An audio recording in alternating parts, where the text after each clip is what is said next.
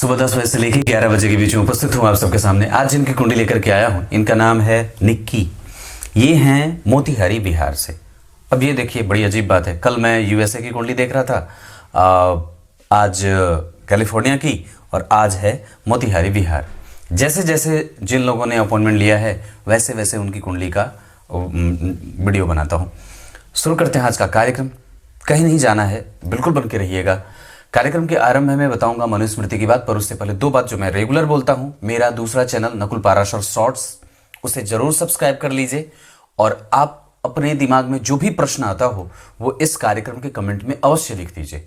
उस प्रश्न का उत्तर मैं नकुल पाराशर शॉर्ट्स वाले चैनल पे दे दिया करूंगा, ये कंफर्म है। और फ्री कुंडली विश्लेषण का कार्यक्रम भी अगर होगा तो मैं उस पर ही करने की सोच रहा हूं। कुछ लोगों ने यह भी मुझे कहा है, ताकि उस चैनल को भी आगे बढ़ाया जाए, जिसे मैं बहुत अलग तरीके से पेश करना चाहता हूं, और उस पर बहुत सारी चीजें होने वाली हैं। आइए मैं सबसे पहले आपको बता दूं मनुस्मृति की बात, पर इस कुंडली से पहले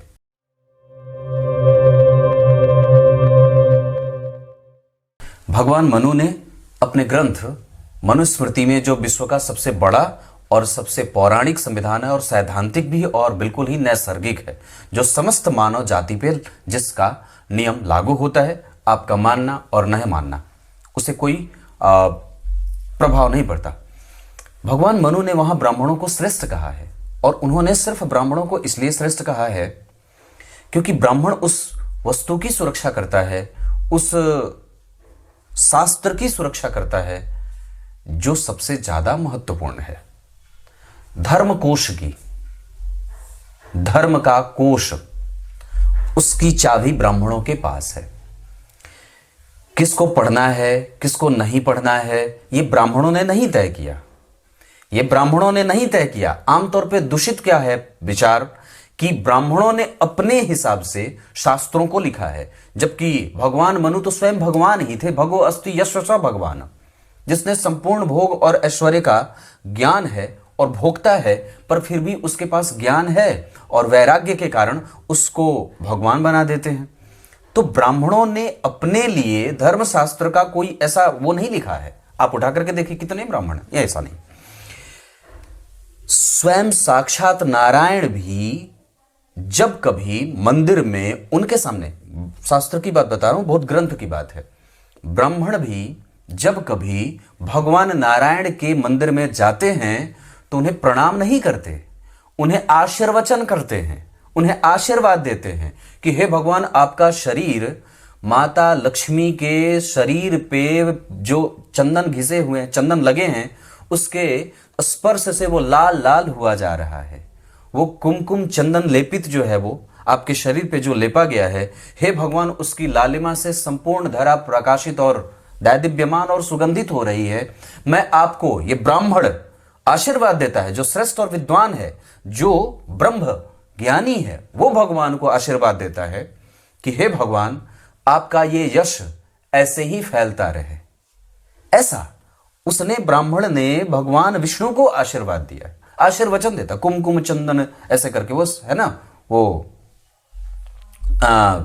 जो स्तोत्र है ऐसे। तो कहने का अर्थ है कि भगवान भी साक्षात हर बार ब्राह्मणों से आशीर्वाद की ही अपेक्षा रखते हैं।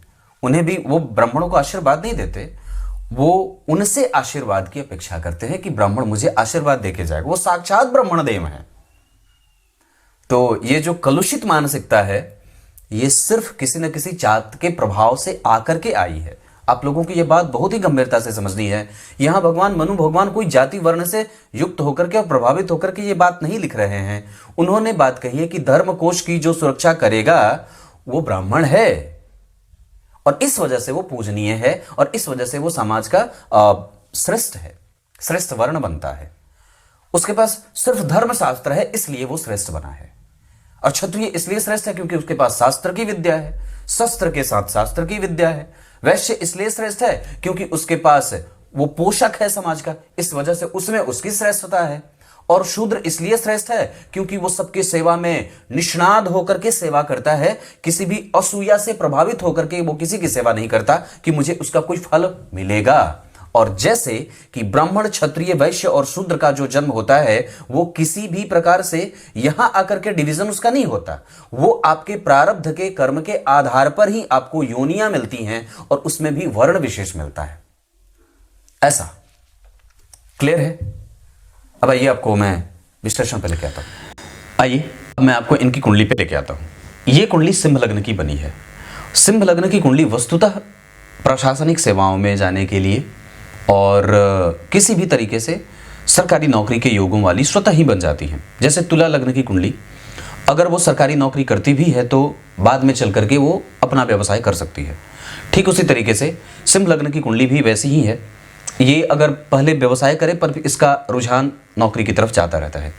तो कहने का अर्थ है कि ये कुंडली स्वतः ही सरकारी नौकरी वाली हो जाती है, पर उसमें भी बहुत सारे पक्ष, जैसे मैं आईएएस बनूंगा तो मैंने कहा कि हाँ, पर फिर आपने पूछा कि क्या मैं सच में आईएएस बन जाऊंगा, मैंने कहा नहीं। दोनों में अंतर है। अंतर यह है कि योग उपस्थित हैं जो आपको आईएएस की तैयारी करा सकते हैं, आईएएस के बारे में ख्वाब दिखा सकते हैं, स्वप्न दिखा सकते हैं, आपका उसके पीछे इर्द गिर्द आपके विचार घूम सकते हैं, पर ये योग इतने मजबूत नहीं है कि आपको आईएएस बना के ही छोड़ेंगे। ये दोनों में अंतर है। मैं प्रधानमंत्री बन सकता हूं, मैंने कहा हाँ, पर क्या मैं बिल्कुल बन ही जाऊंगा, मैंने कहा नहीं। योग उपस्थित हैं पर वो उतने मजबूत नहीं हैं कि आपको बना के ही छोड़ेंगे। उसी तरीके से इस कुंडली को भी ऐसे ही समझने की आवश्यकता होगी। सबसे पहले मैं आपको इनकी कुंडली के पंचांग से परिचय करा देता हूं। इनका जन्म आश्विन माह में हुआ है, जिसमें जन्मा व्यक्ति दुर्बोध होता है, उसको समझना मुश्किल होता है और कई बार लोग उसको तकलीफें भी दे देते हैं। यहाँ जन्म दक्षिणायन में हुआ है, इस वजह से आत्मबल कभी कभी कमज़ोर होगा और व्यक्ति को खुद से ही विश्वास कमज़ोर होता है। और पिता के साथ संबंध और सरकारी नौकरी के साथ कमज़ोरी यहाँ पे ये दिख रही है। शरद ऋतु कृष्ण पक्ष के द्वितीय तिथि के चंद्रमा शुभग्रह होते हैं, इस वजह से उनके पास अपनी अनुकूलता रहेगी और व्यक्ति को सरकारी क्षेत्रों से लालच देते हैं। मतलब अगर ये चंद्रमा आपकी कुंडली में कृष्ण पक्ष के द्वितीया के नहीं होते तो चंद्रमा पापक हो जाते, और अगर चंद्रमा पापक हो जाते तो सरकारी नौकरी में दिक्कत होती। लेकिन अगर यहाँ आपकी कुंडली में चंद्रमा कृष्ण पक्ष के द्वितीया तिथि के हैं, इसका अर्थ है कि आपकी कुंडली में चंद्रमा शुभग्रह बने हैं जो सरकारी नौकरी में आपका सपोर्ट करेंगे। वैचारिक रूप से आपको मजबूत बनाने में उनका सहयोग मिलता रहेगा। इमोशनली आपको वो बल देते रहेंगे और ज्ञान आपके पास रहेगा। ऊंचे स्वप्न देखने का व्यक्ति आदी होता है और बहुत ही नैसर्गिक होता है। विचार उसके बहुत ही रूटेड होते हैं, जड़ से बंधे हुए होते हैं और वो कभी भी दुश्मनी नहीं करना चाहता, अपनी शर्तों पे काम करना चाहता है।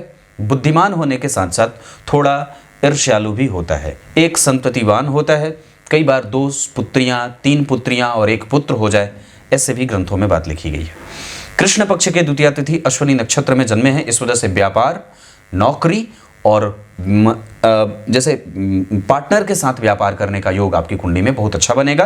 व्यक्ति निश्चित रूप से निष्णात होता है, अगर वो रगड़ करके पढ़ दे तो वो कोई भी परीक्षा आसानी से निकाल सकता है। हर्षण योग, तैतिल करण, ब्राह्मण वर्ण तो नहीं होगा, क्षत्रिय वर्ण होगा और देवगण होगा। हाँ, इस वजह से कि जन्म कुंडली में क्षत्रिय वर्ण और देवगण के होने के कारण पराक्रमी, अपने पराक्रम के बल पे संपूर्ण चीजें उपस्थित और ले लेने वाला। ये मैं आपको एक बड़ी गहरी बात बताता हूँ। पराक्रम भाव में या जन्म कुंडली के तीसरे, छठवें और एकादशवें भाव में, ध्यान से समझिए, जन्म कुंडली के तीसरे, छठवें और एकादशवें भाव में पापक ग्रह की राशि का बनना अच्छा होता है। जन्म कुंडली के एकादशवें भाव में दाहक राशि या दाहक ग्रहों का बैठना अच्छा होता है, जैसे मंगल और सूर्य। हाँ, वो अग्नि तत्व के ग्रह हैं, तो अग्नि तत्व के ग्रह अगर जन्म कुंडली के एकादशवें भाव में बैठे हों या उनकी राशि बन जाए तो इसे बड़ा अच्छा और संपूर्ण लाभ देने वाली राशि या संपूर्ण लाभ देने वाले ग्रहों के रूप में जाना जा सकता है। इनकी कुंडली में एकादशवां भाव बड़ा बलिष्ठ है और जन्म कुंडली में लग्न का अधिपति धन भाव में, पर नीचा विलासी और बुध के प्रभाव में भी यहाँ पे कई बार यहाँ पे अब सरकारी नौकरी में दिक्कत बनेगी। मतलब धन भाव के अधिपति का पराक्रम में जाना, पराक्रमेश के साथ, और दशम भाव के अधिपति का तृतीय में जाना, पिता के साथ संबंधों में कमजोरी, कई बार सास ससुर के साथ संबंधों में कमजोरी। हालांकि वो नहीं होती क्योंकि वो व्यक्ति आदरणीय है और आदर देना जानता है, क्योंकि गुरु और सूर्य दोनों एक साथ बैठे हैं, तो परम स्वाभाविक मित्र ग्रह, बड़े ही अच्छे स्पष्ट धन वाला, बुद्धिमान, ज्ञानी, यशस्वी, निष्णात, और सबसे अच्छी बात है कि उसका मोरल वैल्यू जागृत है, उसका स्वभाव कभी भी निंदनीय नहीं है, वो विश्वसनीय है और उस पर आंख बंद करके विश्वास किया जा सकता है। ये इस कुंडली के स्वभाव भाव की बात अष्टम भाव से और द्वितीय भाव से देखी जाती है। जन्म कुंडली के चतुर्थ और सप्तम या जन्म कुंडली के चतुर्थ और दशम भाव की बात करेंगे तो दोनों ही भाव खाली हैं। यहाँ इस भाव के अधिपति जो चतुर्थ भाव के अधिपति हैं एकादशवें हैं, इससे माता से फायदा मिलता रहेगा, पर उनका स्वभाव कभी कभी मिसमैच भी करेगा और कई बार आप खुल करके उनका विरोध नहीं कर पाएंगे, क्योंकि वो आपको पता है कि वो आपकी माता है और उनका आदर आपका कर्तव्य बनेगा। इस वजह से पर उनके स्वभाव में भी कमजोरी हो सकती है, कई बार उनका स्वास्थ्य कमजोर हो सकता है इस वजह से, और कई बार घर में मतभेद, चाहे वो पुत्र के कारण हो, पुत्री के कारण हो, पति के कारण हो, किसी भी तरीके से, या स्वयं का दिमाग जो है वो उस तरीके से आपका सपोर्ट कई बार नहीं करेगा जहां पे आपको आवश्यकता होगी। दशम स्थान के केतु करियर के लिए बहुत अच्छे नहीं होते हैं, इस वजह से कई बार वो गड़बड़ी पैदा करते हैं और शायद यही कारण है कि अभी तक आपको नौकरी नहीं मिली, या कई बार अपने लक्ष्यों तक व्यक्ति पहुंचते पहुंचते रह जाता है। क्लियर है। चंद्रमा और मंगल का संबंध यहाँ पे ठीक होगा। चंद्रमा से 3 घर आगे मंगल, ये बहुत ही अच्छा होगा पराक्रम के दृष्टिकोण से। तीसरे भाव में पापक ग्रह की राशि नहीं बनी है, शुभ ग्रह की राशि बनी है, ये थोड़ा कमजोर होगा, क्योंकि मैंने जैसा कहा कि तीसरे भाव में पापक ग्रह की राशि का बनना अच्छा होता है, ठीक उसी तरीके से तीसरे भाव में पापक ग्रह का बैठना अच्छा होता है, पर यहाँ पे ये कमजोरी बनेगी। इस वजह से व्यक्ति के पराक्रम को चूसेगी, पराक्रम को कमजोर करेगी और पराक्रम को परिणाम देने में दिक्कत होगी। मतलब यहाँ पे पंचम भाव के अधिपति जो हैं वो द्वितीय भाव में बैठे, तो शुभ ग्रह का अपने भाव से केंद्र में जाना अच्छा है। परम मित्र के साथ बैठे जो लग्नेश है, तो लग्न और पंचम का योग बना धन भाव में। मतलब यहाँ पे अब कुंडली को समझने की आवश्यकता है कि लग्न मतलब जो आपका व्यक्तित्व है और जो पंचम भाव है वो आपका एजुकेशन, इन दोनों के संयोग से धन आते दिख रहा है ना। और गुरु जो हैं वो नवांश कुंडली में कहां बैठे, मीन राशि में राहु के संग, मतलब इनमें एक ऐसी भाव की स्थिति उत्पन्न हो रही है जहां पे व्यक्ति किसी कंपटीशन से मुक्त है, उसको कोई आवश्यकता नहीं है, वो निष्णात है। और मंगल की दृष्टि गुरु पे, मंगल की दृष्टि पंचम भाव पे और मंगल की दृष्टि शनि पे। इसका अर्थ होगा कि व्यक्ति को किसी ऐसे क्षेत्र में पढ़ाई करने की आवश्यकता है जो उसके उच्च शिक्षा को बल दे। उच्च शिक्षा भाव यहां भी और यहां भी, इस भाव का अधिपति इसे देख रहा है और यहां के अधिपति पंचम को देख रहे हैं, तो नवम भाव के अधिपति पंचम को देखेंगे तो व्यक्ति को वैसे भी एजुकेशन के क्षेत्र में लेके जाने की कोशिश कर रहे हैं। आपको प्रोफेसर लेक्चरर बनने की तैयारी करनी चाहिए, उच्च शिक्षा के क्षेत्र में जाइए, आप पढ़ाने का काम बहुत अच्छा कर सकती हैं, आपका धन भाव बलवान है। समझ में आई बात। इस वजह से कई बार हम अपनी ऊर्जा का सही तरीके से संचरण नहीं करते। सरकारी नौकरी का अर्थ यह होता है कि अब जैसे मैं आप लोगों को एक बड़ी अच्छी बात बताऊं, जब भगवान ब्रह्मा जी ने ज्योतिष शास्त्र जैसे विषय के बारे में कोई कल्पना की होगी, या भगवान आदि गुरु ब्रह्मा जी की बात करें या फिर साक्षात नारायण की बात करें, क्योंकि सब उन्हीं से उत्पन्न हुआ है, तो क्या उस समय IAS IPS की पदवी रही होगी या कोई ऐसा पद रहा होगा? निश्चित रूप से नहीं रहा है।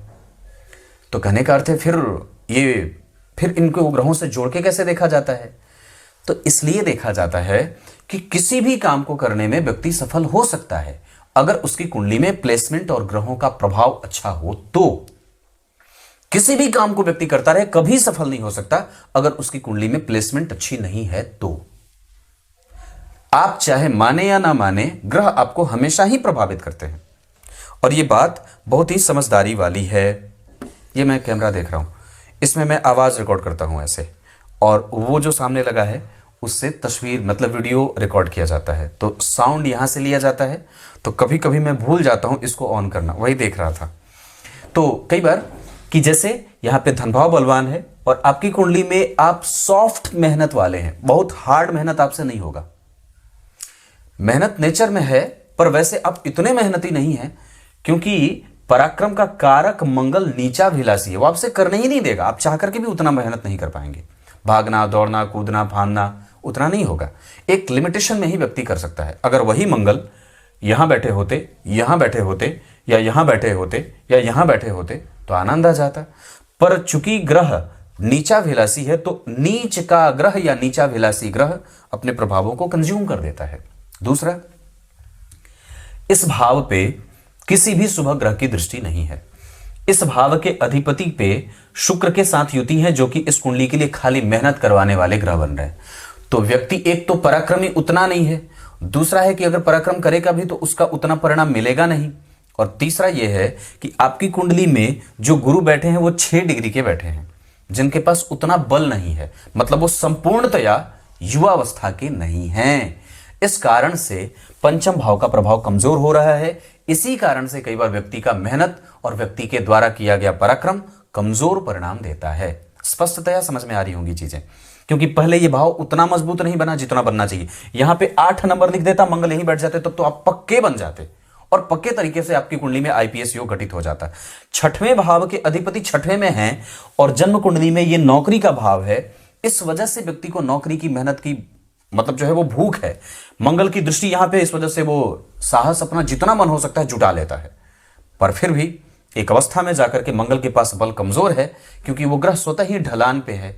अवस्थागत वो जन्म कुंडली में 21 डिग्री पे है, तो वहां भी वो कमजोरीपन में नहीं है, हालांकि डिग्री के हिसाब से कमजोर नहीं है, पर पक्ष के बल से, या फिर ये कह सकते हैं कि इस पे एकमात्र दोष के कमजोर होने के कारण ये कुंडली उस तरीके से एक्टिव नहीं है। यहां पे भी अगर आप मंगल को देखेंगे तो यहां भी मंगल 12वें जा रहे हैं और यहां भी मंगल का प्रभाव जो है वो उच्चका हो रहा है, जो इस कुंडली का अष्टमेश है। इस कारण से आपको रिसर्च का क्षेत्र बहुत अच्छा रहेगा। इस कुंडली में डॉक्टर और आईपीएस बनने का योग है। आप पब्लिक सर्विस कमीशन में स्टेट पीसीएस की भी तैयारी कर सकती हैं। इसके अतिरिक्त पुलिस विभाग में भी आपकी कुंडली वन अधिकारी बनने का योग भी बनता है, पर अगर हो सके तो पढ़ने पढ़ाने का क्षेत्र आपके लिए ज्यादा बढ़िया होगा, क्योंकि धन भाव बलवान दिख रहा है। इसके अतिरिक्त आपकी कुंडली में वाणी भाव के अधिपति शुक्र के साथ बैठे हैं और उस पे चंद्रमा जैसे शुभ ग्रह की दृष्टि पड़ रही है, जो इस कुंडली का लाभ, भाग्य भाव का अधिपति नहीं है, 12वें है, भाग्य में बैठ करके आपके भाग्य को भी कमजोरी में डाल रहा है। हालांकि भाग्य भाव के अधिपति का लाभ भाव में बैठ करके पंचम को देखना एक अतिरिक्त योग लगाएगा, पर आपको निश्चित रूप से सरकारी नौकरी के योगों में से वन विभाग, भूमि विभाग, जल विभाग और साथ ही साथ प्रोफेसर बनने का योग, ये इस तरीके से आपको जो इनमें से चुनना है आप आसानी से चुन सकते हैं। आप मुझे अगर कहेंगे कि पंडित जी सरकारी नौकरी में आपको इस डिपार्टमेंट में आपको आसानी से नौकरी मिल सकती है, पर आईएएस बनने का योग उस तरीके का मजबूत नहीं है। दूसरा, इस कुंडली में पंचम के बाद नवम बात करी, सप्तम और 6वें भाव के बारे में अगर चर्चा करते हैं तो प्रतियोगिता भाव ठीक बना है और अष्टम भाव के अधिपति अष्टम को देख रहे हैं, रिसर्च का क्षेत्र और उच्च शिक्षा का क्षेत्र आपकी कुंडली में अच्छा बनेगा। मैंने बात बताई थी, नवम भाव के चंद्रमा व्यक्ति को भाग्यशाली, धर्मनिष्ठ, कर्तव्यनिष्ठ और अपनी शर्तों पे काम करने वाला, जी हुजूरी नहीं करने वाला, धर्म के लिए हमेशा ही उपस्थित रहने वाला और सदा ही न्याय करने वाला, कानून की पढ़ाई जानने वाला। आपकी कुंडली में सरकारी नौकरी का योग यहां भी है। गुरु ने शनि को देखा है और शनि की दृष्टि बुध और शुक्र दोनों पे है। मंगल शनि का प्रभाव जन्म कुंडली के 6वें भाव पे है। इस वजह से कई बार व्यक्ति मानसिक रूप से थोड़ा कमजोर होता है। क्यों? वो जब कभी भी सोएगा तो उसको दिक्कत होगी, सोने में दिक्कत होगी, अनिद्रा होती है और कई बार व्यक्ति आधी नींद में ही हमेशा सोता है। पूरे गहरे नींद में बड़ा कम बार सोया है। अष्टम भाव और चतुर्थ भाव को देखिए, दोनों का संबंध बन रहा है। अष्टम भाव को राहु ने देखा है और चतुर्थ भाव में राहु नीच के, इस कारण और इस भाव के अधिपति पापी भाव में बैठ करके पंचम को देख रहे हैं, जो व्यक्ति को निद्रा के सुख से वंचित करते हैं। दूसरी बात है, इस भाव पे गुरु और सूर्य जैसे 2 ग्रहों का प्रभाव, साथ ही साथ शनि का भी प्रभाव है। इस कारण से अष्टम भाव कंफ्यूजन में जा रहा है।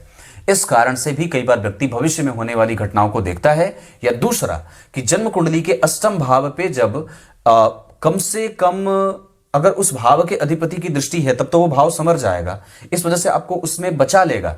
लेकिन जब उस पे पापक ग्रह और क्रूर ग्रह की दृष्टि पड़ेगी तो निश्चित रूप से वो निंद को परेशान करेंगे।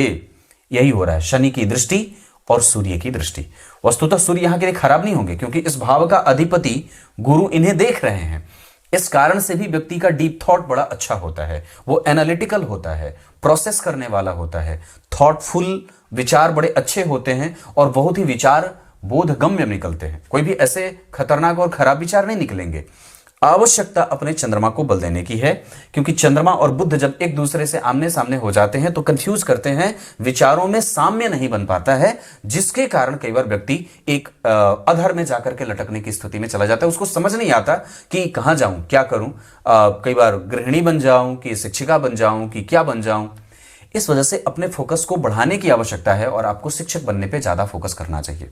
दूसरे नंबर पे दशमांश कुंडली में दशम स्थान में चंद्रमा का बैठना और यहां पे शनि का बैठना, द्वितीय भाव में केतु, ये बड़े अच्छे होंगे। इस भाव के अधिपति गुरु के साथ शुक्र का बैठना, मंगल का गुरु को देखना शिक्षकीय योग, मंगल का जन्म कुंडली में शनि को देखना और द्वितीय भाव के अधिपति पे चंद्रमा का प्रभाव। इस कुंडली में कई तरीके से शिक्षकीय योग का निर्माण, यहां भी कई तरीके से शिक्षकीय योग का निर्माण हो रहा है। गुरु का शुक्र के साथ बैठना, द्वितीय भाव में केतु का बैठना, जन्म कुंडली के 10वें स्थान पर चंद्रमा का बैठना, शनि का प्रभाव जन्म कुंडली पे लग्न पे जो पंचम भाव का अधिपति है।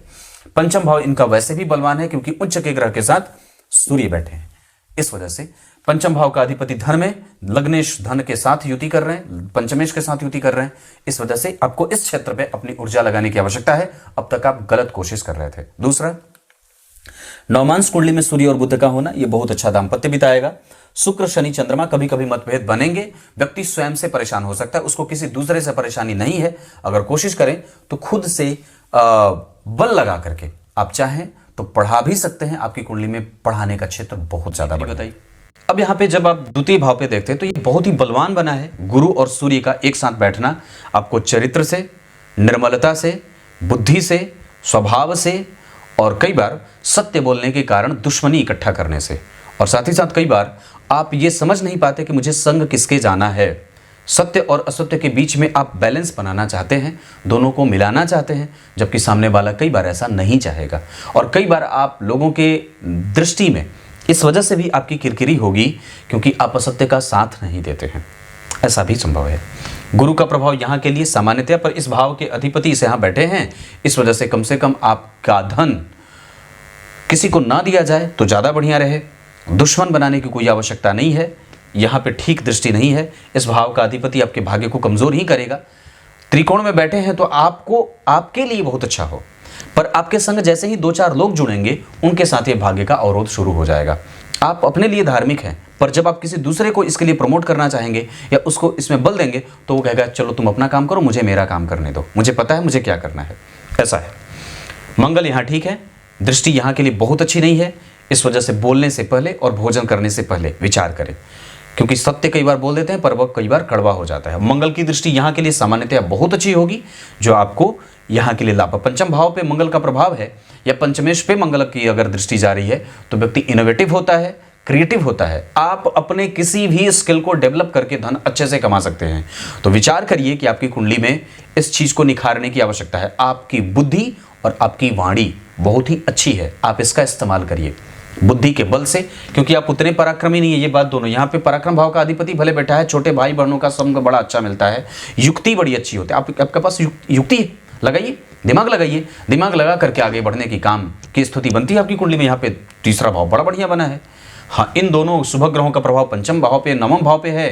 त्रिकोण पे 2 शुभ ग्रहों का प्रभाव कहना ही क्या है, ये बात है। पर कई बार आप अपने हिसाब से जीने की कोशिश करते हैं जिसमें तुरंत ही पति के द्वारा रोक दिया जाता है। नहीं, ऐसा नहीं हो सकता, मुझे मेरे हिसाब से करने दो। कई बार मतभेद वहां से भी बन सकता है। वैसे शनि चंद्रमा के कारण ये बात मैं बोल रहा हूं। पंचम भाव के प्रभाव में मंगल का प्रभाव है। पंचम भाव के ठीक पीछे राहु और ठीक आगे शनि। पंचम भाव को पाप कर्त्री लगा। अब जैसे ही पंचम भाव को पाप कर्त्री लगेगा तो अब आपको वो मेहनत ज्यादा करवाएगा। इस वजह से भी मैंने बात कही थी कि आपके पराक्रम का परिणाम कमजोर होता है। एक एक चीज लेवल में आकर के समझाऊंगा तो वो धीरे धीरे खुलती जाएगी। अगर एक ही बार वहीं पे बता देते हैं कि पंचम भाव को पाप कर्त्री लगा है तो शायद आपको बात समझ में नहीं आती। इस वजह से कि चूंकि पहले पंचम भाव को देखना है, पंचम भाव के अधिपति को देखना है कि इसके ऊपर मंगल की दृष्टि है, जो इस कुंडली के लिए नवम भाव के अधिपति होने के साथ साथ चतुर्थ भाव के अधिपति है, योग कारक ग्रह हैं।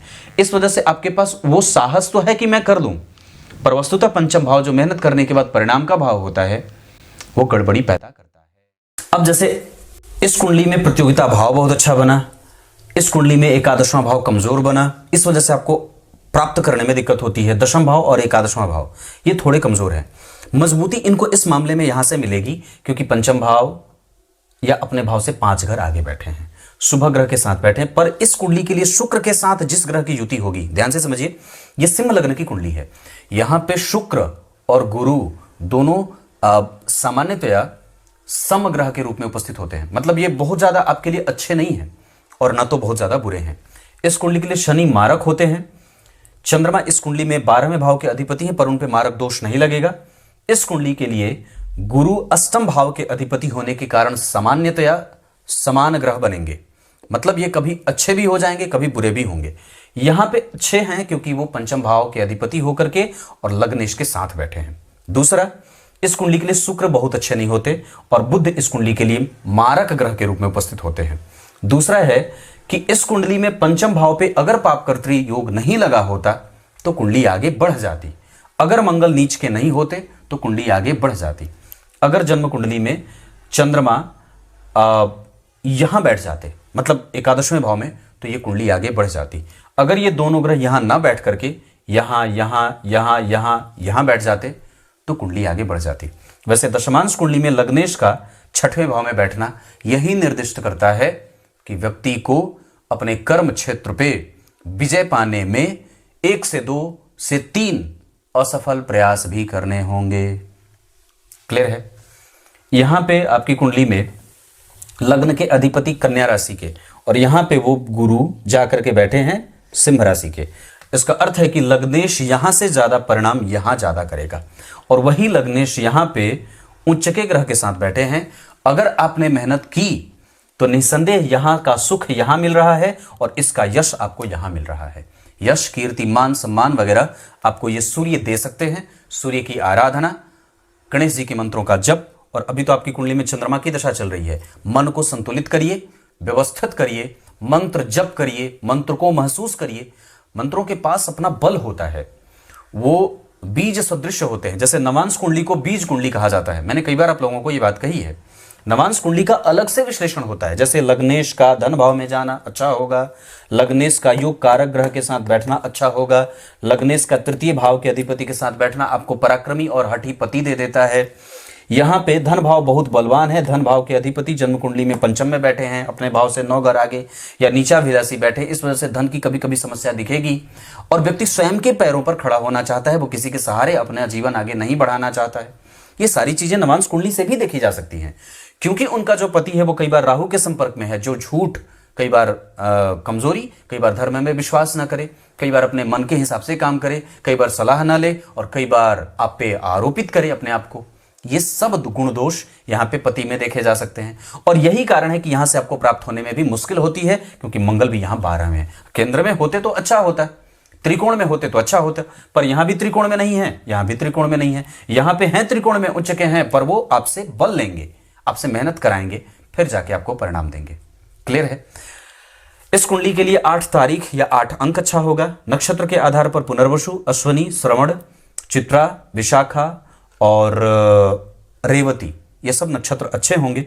सूर्य के पास बल कम है। सरकार कई बार आपकी योग्यता का सही इस्तेमाल नहीं कर सकती है या नहीं कर पा रही है। कई बार आप जरा उठा करके देखिए बिहार सरकार की स्थिति क्या है। यहाँ पे युवा हैं, नौकरियां भी हैं खाली, पर सरकार के पास पद नहीं है, मतलब वो वैकेंसी नहीं दे रही है। इस वजह से कई लोग रोजगार से युक्त होने के बावजूद भी उनको समय पे, वक्त पे पैसा नहीं मिलता, या कई बार आप ऐसा कह सकते हैं कि योग्य उम्मीदवारों का चयन नहीं होता, या कई बार विभिन्न पदों पर योग्य व्यक्ति जाकर के नहीं बैठा होता है। कई बार वो घुसखोरी से जाके बैठता है, कई बार समुचित जो अच्छे शिक्षक हैं उनको अच्छा वेतन नहीं मिलता और कई बार सरकार उनका लाभ नहीं उठा पाती है। इस वजह से प्रतिभा कमजोर होकर के रह जाती है। इसमें सरकार अगर आपकी कुंडली का कमजोर है, मतलब आप स्वयं भी सरकार के संपर्क में सीधे नहीं है या स्वयं सरकार आपका लाभ नहीं उठा सकती है। अगर एक योग्य व्यक्ति देश में पड़ा हो चाणक्य जैसा, और सरकार अगर बिलखती रहे, परेशान रहे कि मेरे पास कोई एक अच्छा मंत्री नहीं है, तो उसमें दोषी किसको कहेंगे? सरकार को स्वयं, जिसने उस चाणक्य को पहचानने की शक्ति नहीं है। क्लियर है?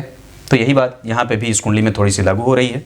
सूर्य कमजोर है, बल दीजिए। सूर्य को अर्घ, गणेश जी के मंत्रों का जप, गणेश जी की स्तुति और संकटनाशक गणेश स्तोत्र का पाठ और साथ ही साथ राम रक्षा स्तोत्र का पाठ इस कुंडली में बनेगा। शिव जी को अर्पित जल अवश्य पीना चाहिए, अगर हो सके तो कभी कभी 1-2 घूंट ले लिया करिए।